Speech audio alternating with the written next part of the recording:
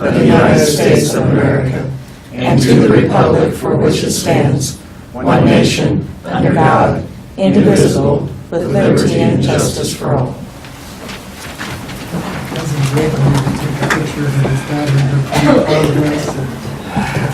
Good morning and welcome to the April 16, 2018 meeting for the Shawnee County Board of Commissioners. My name is Kevin Cook. I serve as the chair. Joining me today is Commissioner Shelley Bueller. Good morning. Good morning. And Commissioner Bob Archer. Good morning. Good morning. Before we get started, just as a note, at the end of the meeting, we will adjourn. We will take a 10-minute break, and then we will come back for the work session. And that is so that there is a clear break for the people upstairs in the IT room that are recording the work session, so that can be itemized online as well as accessible to the public, and they would be able just to see the work session as opposed to the whole meeting. So with that being said, Madam Clerk, our first item.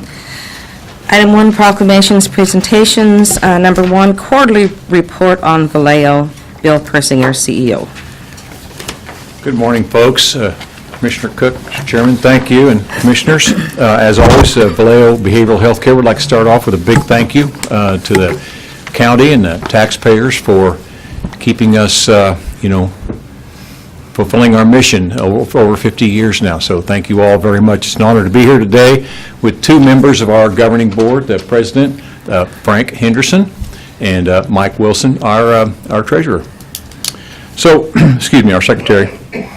So what I'll do is get this in reading range because I'm fighting trifocals. At 62, I'm still kicking and screaming like, no, not going to do it. So we were able to get the March 31 financials, draft financials. He's not been reviewed by the governing board yet. Those will be today and then again next week. But we do have draft income statement for your review. And we'd just like to point out that we are ahead for the year. It's always good to see a black number there instead of a bracket. On the other hand, it's a little spurious, but we'll take it when we get it. We just fully executed a contract with the state of Kansas, passing another $500,000 to Vallejo. We've reported on that grant for several months. We were finally able to execute that, and we're able to allocate some revenues for the first couple of months to take care of our roughly $73,000 cost per month to serve the uninsured just in one of our programs. And that would be our crisis residential facility located at 400 Southwest Oakley. So, gave the first quarter a little bit of lift, a little bit of buoyancy under the ship. We expect that to kind of level out, though, and those we try to, pretty much I think we'll hold our own for the next few months. But for right now, we're going to take a little bit of a little black number while we can get it. And as always, as you've surmised from that, our challenge is serving the uninsured. And so we're trying to work on a sustainability plan for the Crisis Center and keep it going. So there is the financial statement for your review, and I'll for sure stand for questions, any and all that you may have. Might just report in real quickly that Frank Henderson, our board chair, will lead the presentation of our annual report to the county on May 21. That'll be a fairly comprehensive document that'll cover a great deal of statistical information, both kind of the what's happening data as well as the so what data. Are people better? Are they doing better? What are the outcomes? So we look forward to meeting with you again on May 21. So for this report, I took a little bit different tack in terms of trying to report a little bit more on our collaborations rather than some of the outcome data I've been passing along the last few quarterly reports. I will comment again on the agreement that we executed with KDADS under Secretary Keck's leadership. He and his team are developing community crisis centers, primarily in the urban areas, although there are plans getting underway for some of the rural areas too, where people can get improved crisis care 24 hours a day. But we have added security, increased access to psychiatric medications and some things like that at our 400 Southwest Oakley location. I want to mention our second annual fundraiser called Unmasking Stigma. It'll be October 20 at the Capitol Plaza.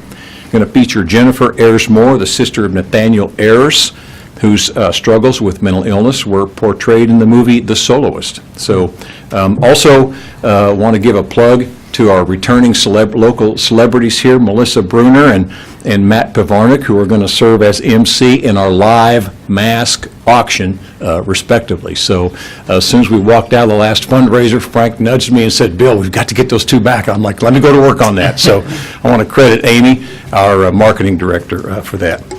May is Mental Health Month, so you may see a little bit of increased information coming out of Vallejo and Family Service and Breakthrough House, our affiliates. Jumping on down to the collaborations, and I'll make this quick so there's time for questions or others. We're actively involved with a violence prevention initiative sponsored by the Peace and Justice Center and many other collaborators. We serve on the Mayor's Task Force Against Domestic Violence. I was appointed as a section leader for Freedom Now USA, and we'd sure like to take the opportunity, Vallejo would like to take the opportunity to say thank you to the County Commission and to the City Council for their leadership on this historic proclamation.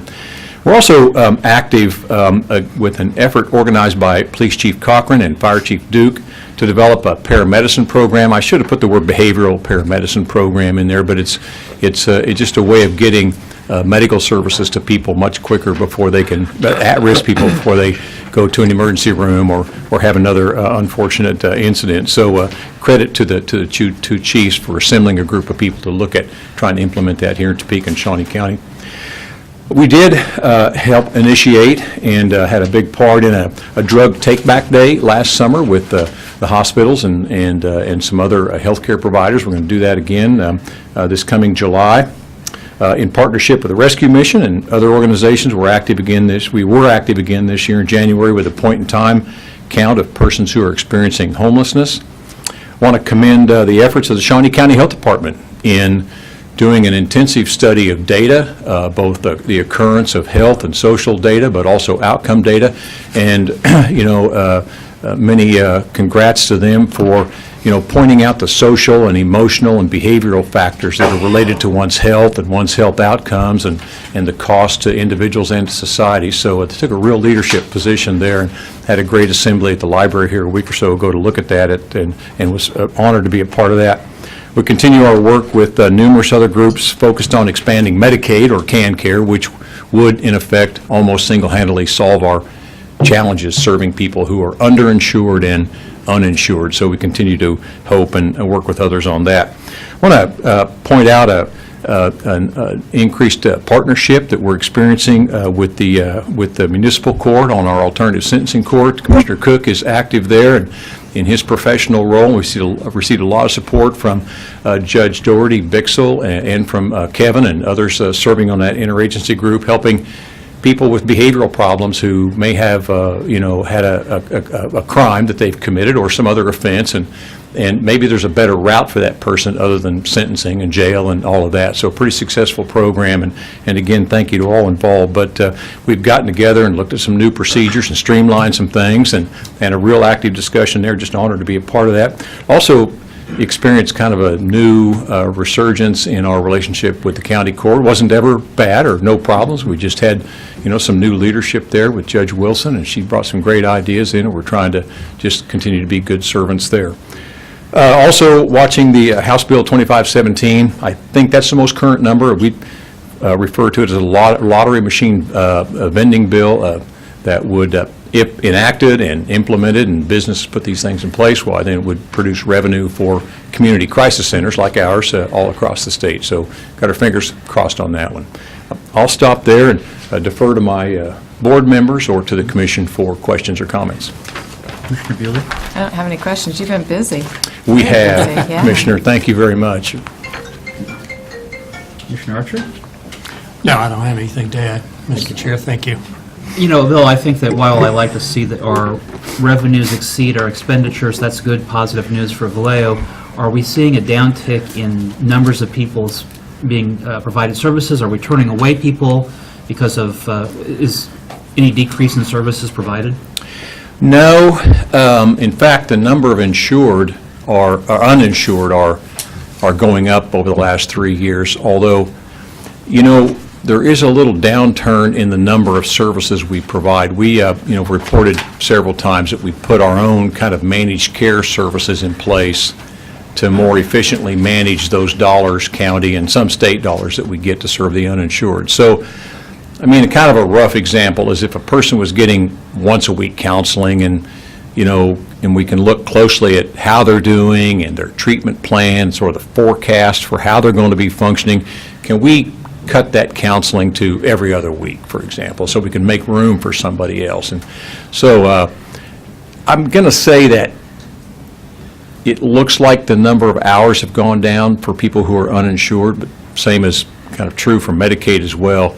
But services these days are a little more targeted than they used to be and probably more efficient than in years past. I'm not going to say that we're meeting all the needs, though, but no one's literally being turned away saying we cannot or will not serve you. So just being pretty careful about how we dole out those resources. We would obviously like to have, more funding to help with the uninsured, and one of our critical areas is in crisis services, the co-responder program that we're expanding to 24 hours a day, and the walk-in crisis services and some of those other services like detox that, where we always need, assistance. It's kind of our big challenge. But the doors are still open, no one's being turned away, but we are being pretty careful about the services we let out. But Thank you very much. good question, thank you. Thank you for your presentation, and we look Certainly. forward to the presentation on the 21st of May. Shall be here. I look forward to seeing Mr. Henderson speak.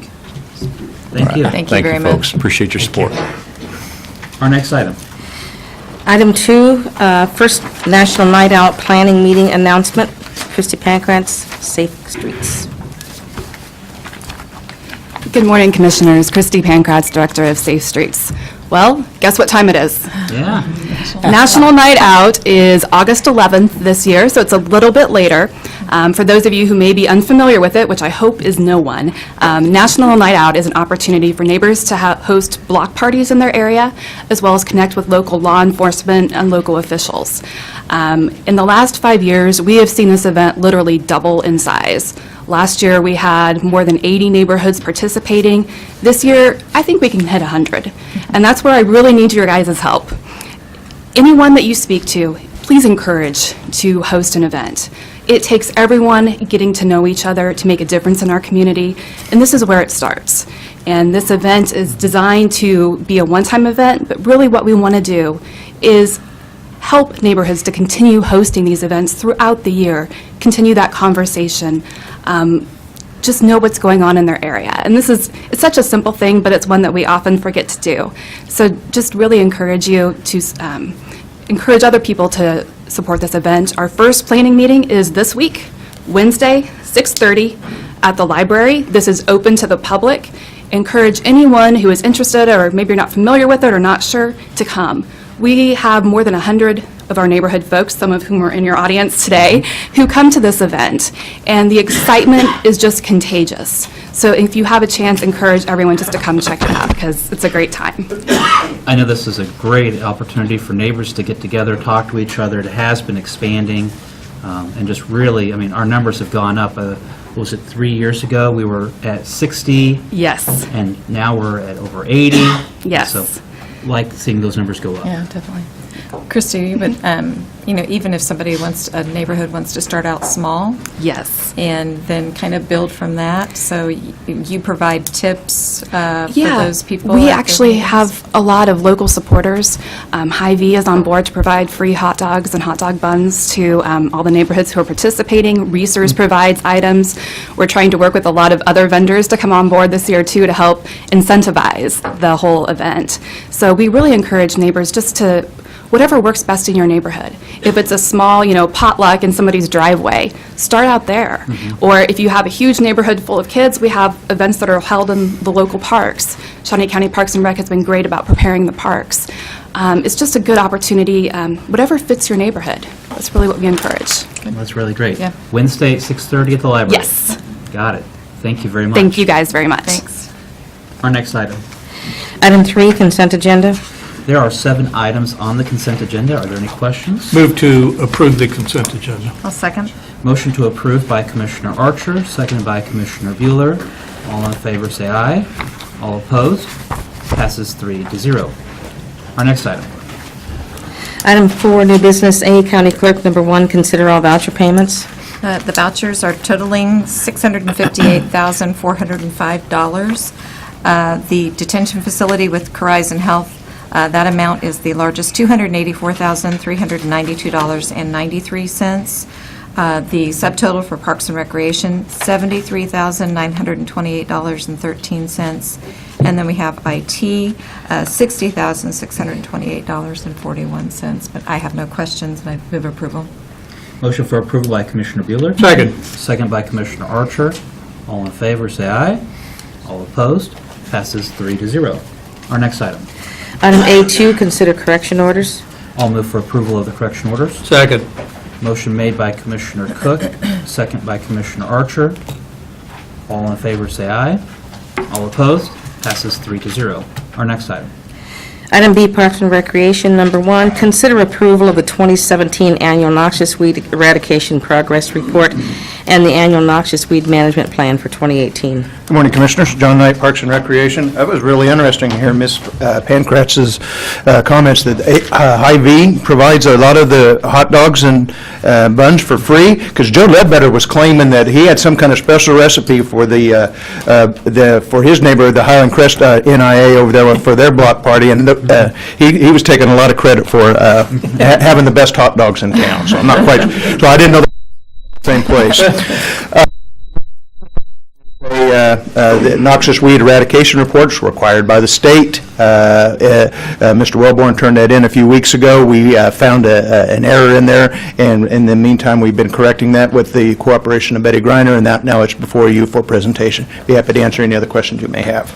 Any questions regarding this? Move to approve the report. Second. Motion to approve by Commissioner Archer, second by Commissioner Bueller. All in favor, say aye. All opposed, passes 3-0. Our next item. Item B2, consider approval of the purchase from Fast Corporation as a sole source of a canoe slide for the Hillcrest Aquatic Center with funding in an amount of $10,557 from the Parks and Recreation Capital Maintenance 3R Fund. Commissioners, this is a request to purchase this as a sole source. It will be replacing the Frog. If you've been around Topeka for a while, Hillcrest Community Pool was one of the very first aquatic centers where it was begun being fixed up. Most of those fixtures have an 8 to 10 year life cycle. We got close to 20 out of the Frog, and Dave Alaker is here, can answer any specific questions you have, but he wants to replace the Frog with a canoe. Be happy to answer any other questions. So just maybe Mr. Alaker might be able to tell us, a canoe slide, is this a canoe and a slide, or a slide that looks like a canoe? What is it? Depends on how you want to use it. It is actually a slide that's shaped like a canoe. We've kind of went away with the 4-ton Frog, so this is something new, something innovative with all the other improvements that we are doing to the facility. Okay. And then this is just one more update for the Hillcrest Aquatic Center, and then adding some more things along. We've replaced other items there as well. We have the aqua zip-ins here, and it's put together. We just got to install it. We've upgraded the diving board, put LED lights in, put brand new doors in, put new shade structures up. So yes, we've gone in pretty extensive renovation to this facility. Okay. And opening day is when? May 26th. May 26th. And I still need lifeguards, so. All right. Commissioner Archer, any Yeah, questions? no, I was just going to point out that we have invested significantly in Hillcrest. It's going to be really nice, and I can't wait to see the changes that have been made. Yeah, that's Beautiful. good. Yeah, Dave was just talking about the aquatics center, but there's also stuff that's been going on in the park, and we're about ready to ramp up some stuff with the community center too. Yeah, So inside, yeah. dynamic changes, Yeah. yes. Okay. Thank you, Mr. Chair. Is there a motion to approve the request? So moved. Motion made by Commissioner Bueller. Second. Second by Commissioner Archer. All in favor, say aye. All opposed, passes 3-0. Our next item. Item B3, consider authorization and execution of contract C-132-2018 with Kansas Children's Discovery Center to serve lunches to children at the Chesney Park from June 4th through August 6, 2018, with costs to the county absorbed by the Parks and Recreation operating budget. Commissioners, this is a partnership agreement with the Kansas Children's Discovery Center. Danae Mosier is here this morning. The Kansas Children's Discovery Center would like to participate in a food distribution program in an important area in our community. Be happy to answer any other questions you may have, and I'm sure she would stand for any questions you may have too.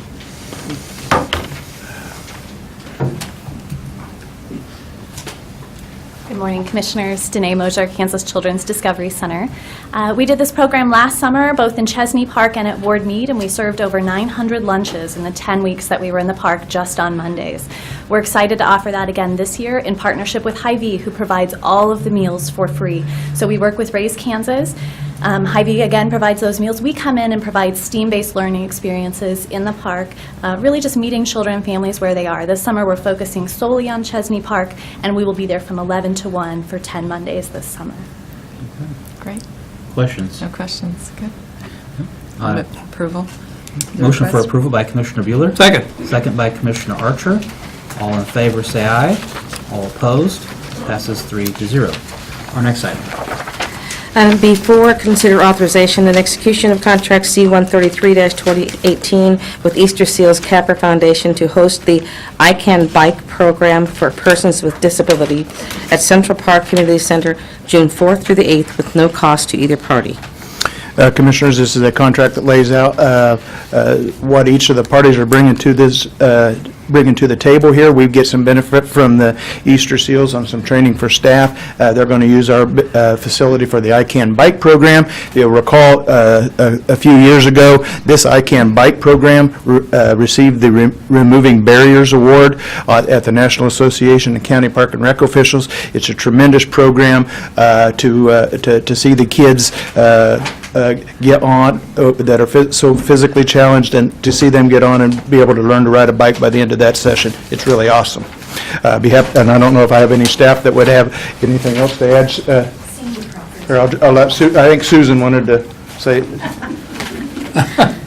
I just wanted to give Sandy Crawford a chance from Easter Seals to come up and talk a little bit about this program because it's so special to our community.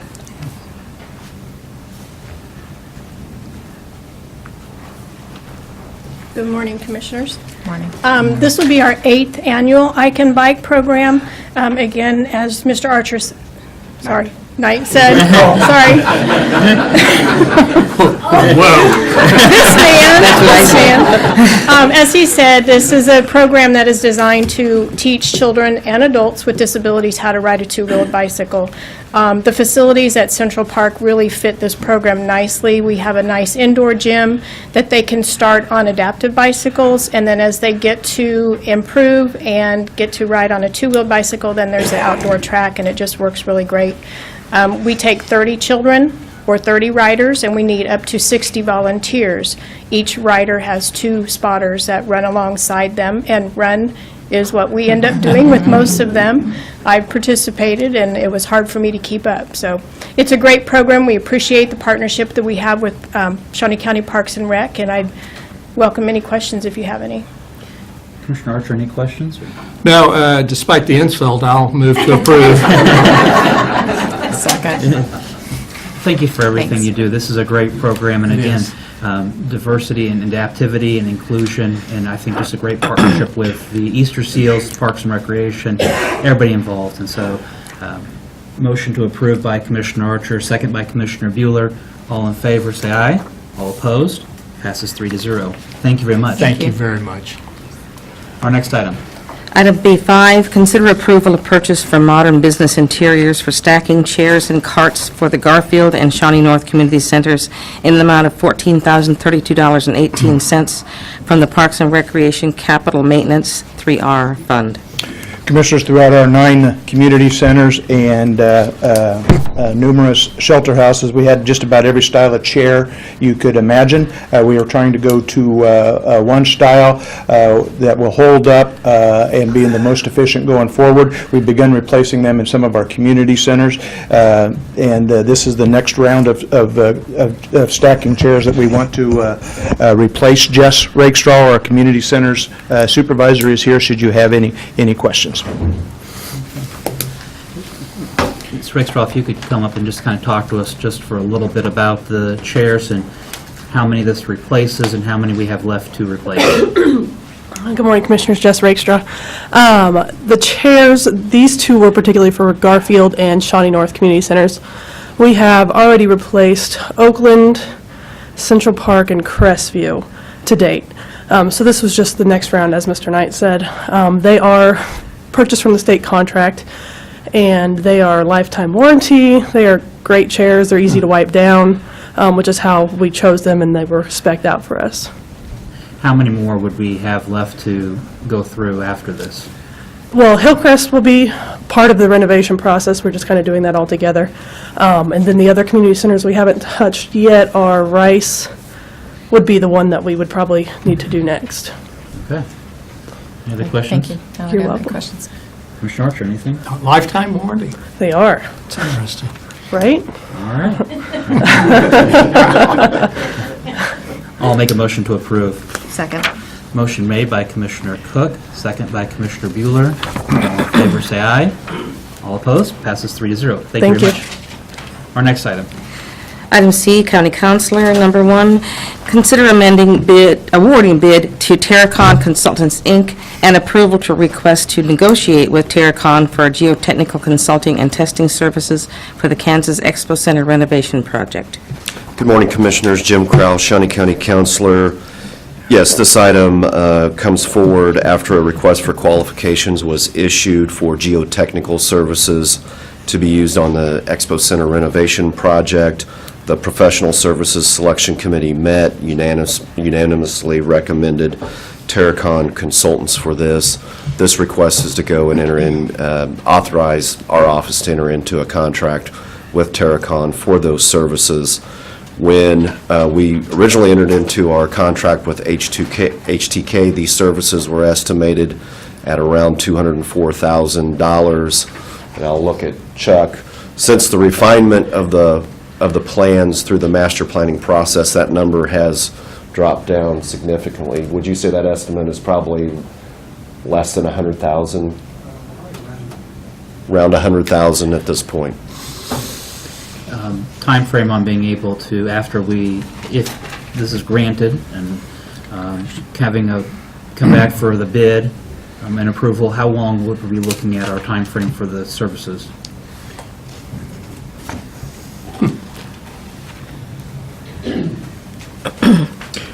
Good morning, Commissioners. Chuck Smith, HTK Architects. So the way we set this up was asking for immediate input from our consultants as we negotiate through their services. The good part of where we're at in the process at this time, as we've moved past some of the situations that were put in the RFQ, and knowing that we're moving closer to the option 4 that we're discussing, we're able to focus more directly on getting maybe eliminating a phase of that drilling and evaluation. We've already met with Terracon to get some initial information late last week. So we've learned good news about the Expo expansion location, and maybe not as great a news about the equine expansion location, but we've got some information that we can move forward with right now immediately. With that information, we would focus with Steve and his group more specifically on what we would recommend as a contractual relationship in terms of investigations and reporting and recommendations, and then moving forward with construction. We anticipate we would do the borings and the recommendations here over a period of the next 30 to 60 days. And so that we're well informed with the recommendations as we move into design development and begin technical engineering drawings. Their construction services would also be included in this, and of course those would run through the duration of the project on an as-needed and type of inspection process. So I know that from our prior discussions, this is a pretty key part of the renovations to the Expo Center, and knowing what the subsoil looks like so that we know exactly what our construction costs might be. Correct. And part of the request for qualifications went out was to help us identify consultants that would have pre-existing knowledge and historic knowledge of the site. Terracon has a great deal of that, and so that's the portion that kind of really helped us launch forward, even as, like I said, early as last week, to start to understand these locations that we're considering and be able to move forward with some estimates and refinement for Thursday, actually. So. Okay. Okay. Questions? I don't have any questions, no. Questions? Well, I'm sort of intrigued. You said that initially we found out that there was good news about Landon, but not so good news about the Equine Center. Would you expand on that a little bit? So as we where the existing equine center is currently on the very kind of south half of that facility, there's very, very deep foundations that were put in. So part of that facility sits on spread footings, a less expensive solution for founding buildings, and the other half of it sits on deep piers. We knew that we would potentially have piers over there and anticipated that. What we find is the further south we go towards noxious weed and the facility support, we're finding out through previous borings that those are areas that a lot of things were buried, probably from the fairgrounds deconstruction as well as the tornado. So somewhere in between there, which we don't have a lot of information on and will be great for them, is that zone between deep foundations and junk and deeper foundations. So that's the bad news. We don't really have a good understanding what's behind on the south end of equine. The upside for the Expo Center itself is we learned that right on the north edge of the Expo Center's current installation is a high enough level of rock strata that we can go potentially to spread footings. And the further north we go, we can stay on spread footings, so a much more cost-effective founding solution for that. Do you anticipate the problems on the south to be such to jeopardize the construction of the equine addition? Steve's probably better. Steve with Terracon, he's probably better, at least the information he knows, to answer that question than I am.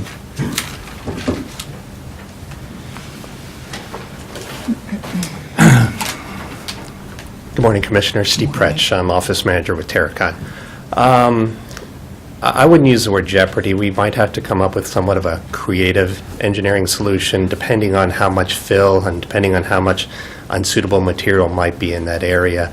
There are all sorts of ground remediation techniques that can be implemented for this type of construction. It's not a heavy loaded structure. It's not, it's not something that can't have a little bit of flexibility from a structural standpoint. So I think that we could come up with some concept and ideas to keep it within a cost-effective approach.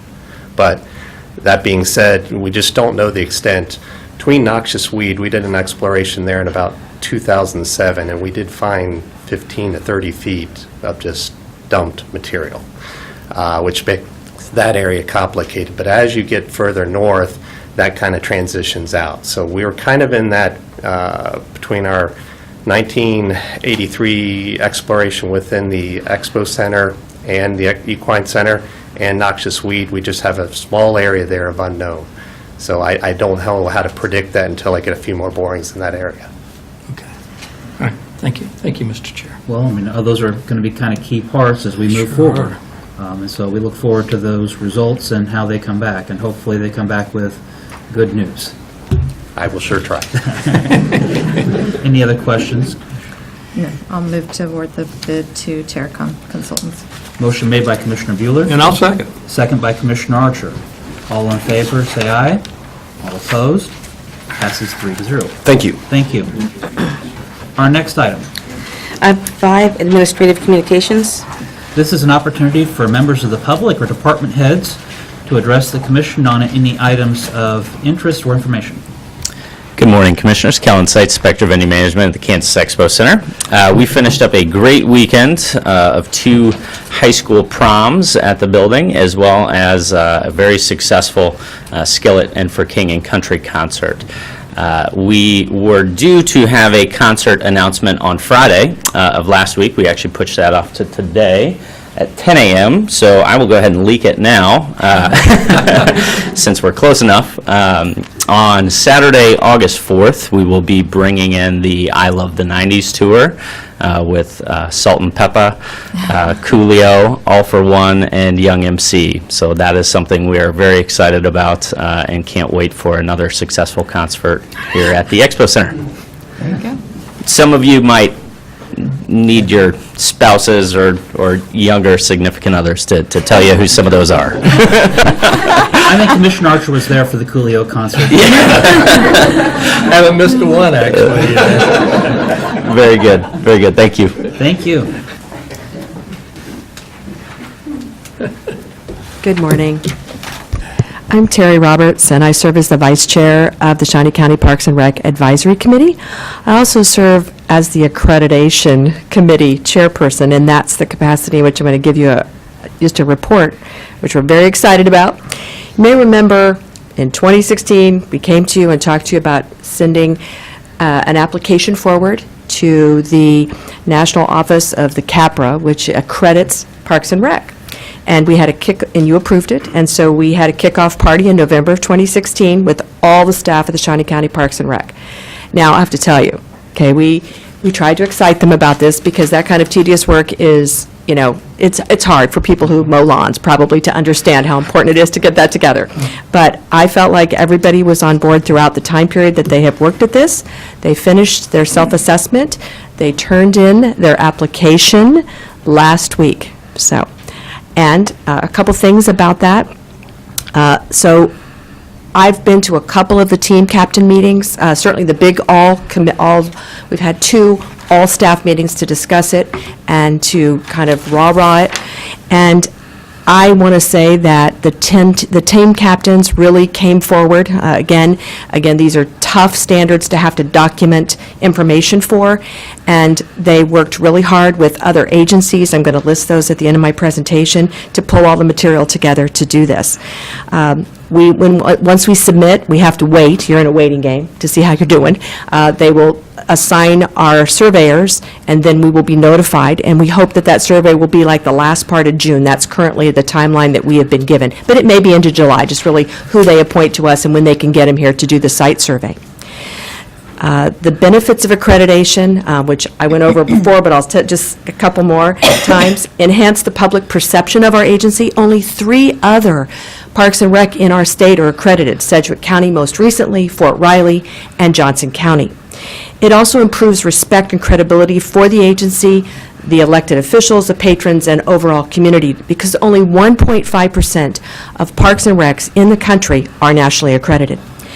It also provides what I would call an evidence-based or performance-based audit. How are we doing? They're going to tell us, okay, you got a little bit of weaknesses here compared to the national benchmarks.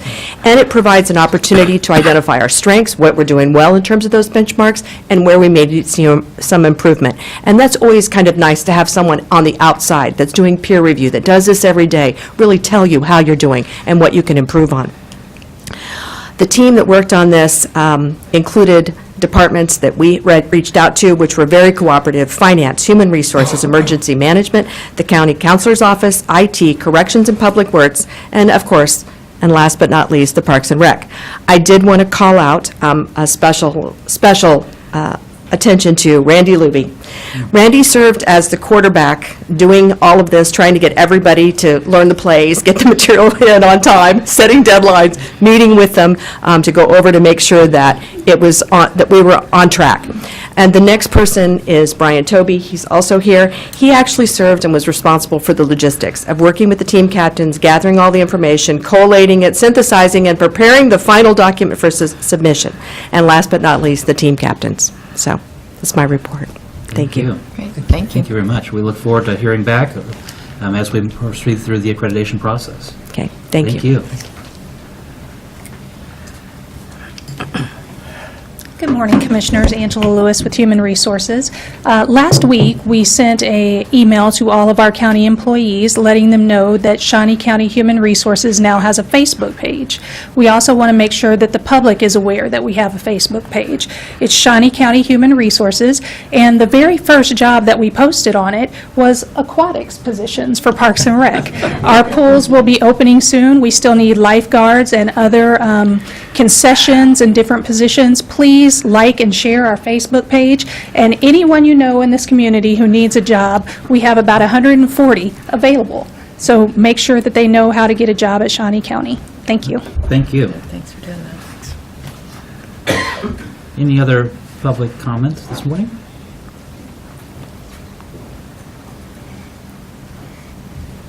Good morning. It's still morning. Good morning, Commissioners. Patsy Congrove. I live at 7811 Southwest 12th Street in the county. And before I start, I want to thank you for adding that new park swimming pool up on 21st Street, on West 21st Street. My grandchildren love it. And they have only good things to say about it, except sometimes it gets a little crowded. But other than that, you know, what do you expect? I'm here today to talk to you about the Parks and Rec's master plan and Camp Daisy Hindman in Dover, Kansas. As you may know, the Girl Scout Council put the camp up for sale last year. It has 155 well-maintained acres. The asking price is between $3,000 and $5,000 per acre. However, there is some reason to believe that they would sell it to the county for less than that. But before I get ahead of myself on that, let me just backtrack and tell you about the campgrounds and the amazing possibilities that could be possible at this camp for our entire county. The last week in November, the camp, that's usually the last weekend that the camp is open historically. So my daughter from Kansas City and her kids came down, and we used one of the units, Sleepy Hollow, to have a cookout, which was, the weather was much nicer then than it is today in April. We were sitting there and having lunch. Our hot dogs were not donated by Hy-Vee. And we were sitting there and we were looking around at the campsite, and there were there was 5 cabins in immaculate condition. And I thought, we were sitting there thinking, gee, we could have rented every one of these cabins for our family and had camp out for the entire weekend. The kids can run off and play at the splash park, which was put in by Capital Fed at $75,000 donation to it. It's fairly new. There's horseback riding, there's canoeing, there's a lake there. We thought, gee, this would be so much fun for not only our little family, but for the entire county and many counties surrounding it. The grounds include a huge Morton building that is used for a horse arena. The floor was so clean that if you followed the 5-second rule, you could have eaten off of it. There were horse stalls outside, and what a wonderful playground. There's trails along there. You could have horseback riding for your family, for your kids, go off in the trails. You can't do that anywhere else in the county or anywhere in the surrounding counties. And when you finally get out to Council Grove or to someplace in that area where you're on a big ranch, it's so expensive you can't afford it. So it's a wonderful opportunity. As I read the master plan for the Parks and Recs, I see that one of the goals is to create a balance of park types in each quadrant of the county. In my part of the county, something like this does not exist. In fact, it doesn't exist anywhere in the county. Another goal of the Parks and Recs master plan states to identify and acquire land to preserve and enhance access to natural resources, open spaces, and outdoor recreation. So here's what the grounds include: an opportunity for horseback riding. A number of years ago, when our daughters were younger, we chose that same last weekend of November, and being a scout leader, I was able to hire the guy that runs the horses out there, and our whole family went horseback riding. I mean, what a memory, and that would be so great for kids to be able to do.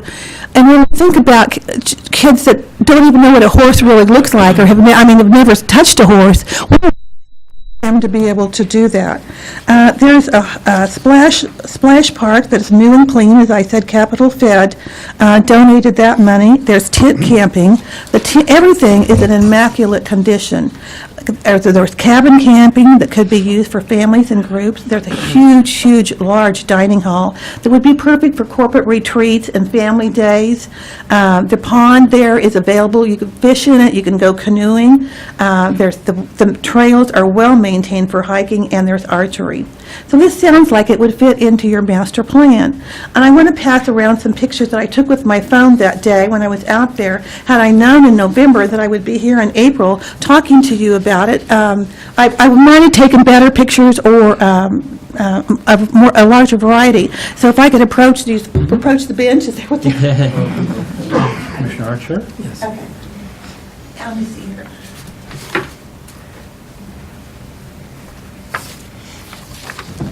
I also want to pass around this improvement sheet that was made at Camp Davy Hyman. I think you'll find that very interesting, and you'll see what I'm talking about when I say that things are in great condition. You would not have to spend a lot of maintenance money, I don't believe. So you could look at renting the camp out on different times, where you could do troop camping, where you would have different groups coming in and renting the camp, reserving portions of it, pay a small fee for the access, and take kids out for the weekend. Or you could have day camps out there, residence camps exclusive for particular groups. Business retreats could rent a hall, could rent the hall, or they might even want to use the whole thing for the weekend. But I do know that a lot of corporations will use lots of recreational places in town to have a family day. This would be awesome to go out there. You have your 4-H and you have other groups. The general public could enjoy this during the open hours for hiking, fishing, using the lake, picnicking. It could be a place for weddings and anniversaries, horseback riding where you would outsource to concessionaires. The Parks and Recs could offer horse-themed camps, science date-themed camps, and with concessionaires, again, doing the archery and the horseback riding. Also, I think there would be an opportunity for music festivals such as Walnut Valley in Walnut, or in Winfield, or such as we have in Salina. There's many unique things about this location, and one of them is that Dover Pride is also behind this and wants to work with you as a partner. I think if you used your foundation, you could also find a lot of fundraising activities that would be able to lower the cost of the camp fees for the kids to come to camp out there. I think there's a wonderful opportunity available in that situation. So I encourage you to please consider seriously this opportunity.